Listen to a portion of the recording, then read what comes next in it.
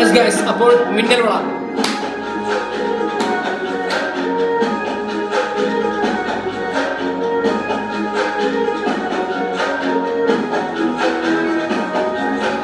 കണ്ണോട് കണ്ടപ്പോൾ കണ്ടെത്തി ഞാൻ 1000 താരകൾ പൂത്തുവല്ലേ.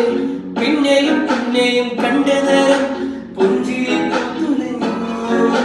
കാണാതെ എന്ന് തോന്നലായി, കണ്ടിട്ടും കണ്ടിട്ടും പോരാതായി. തൊട്ടപ്പോൾ അമ്മാവിൻ തേൻ നിറഞ്ഞു.